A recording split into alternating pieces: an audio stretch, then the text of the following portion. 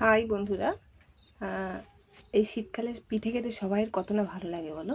তা আজ আমি তোমাদের সামনে একটা পিঠে দেখাচ্ছি, সবাই জানো তবুও দেখাচ্ছি। আমি আমার বাপের বাড়ি এসেছি, তো মাকে বললাম মা এই পিঠেটা খাবো। পিঠেটার নাম হচ্ছে কি আজকে পিঠে বলে, অনেকে চিতুই পিঠেও বলে, তা আমরা চিতাই পিঠে বলি। দেখো কীভাবে বানাই, আমার শখ হলো বানাতে, তাই আমি বানাচ্ছি। মা বানাচ্ছিল, আমি বললাম মা তুমি ওঠো, আমি বানাচ্ছি। দেখো কীভাবে করি।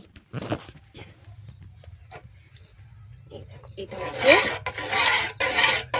চালের গুঁড়িটাকে মাখা হয়েছে, দেখি কেমন হয়। এই দেখো এইভাবে, মায়ের মতো হবে কিনা আমি বলতে পারছি না, তবু চেষ্টা করছি। এই দেখো দিয়ে এটাকে জলে ডুবিয়ে রাখা হয়, দিয়ে এই দেখো এটাকে দিয়ে এইভাবে চাপা দিয়ে দিলাম। আর এখানে মা তুলে রেখেছে, খাওয়া হবে। তো এই পিঠেটাকে দুধে ভিজিয়েও করা হয়, দুধ আঁশকি না কি বলা হয় এটাকে, যাই হোক। আর আবার শুকনো গুড় দিয়েও খাওয়া হয়, খুব ভালো লাগে খেতে।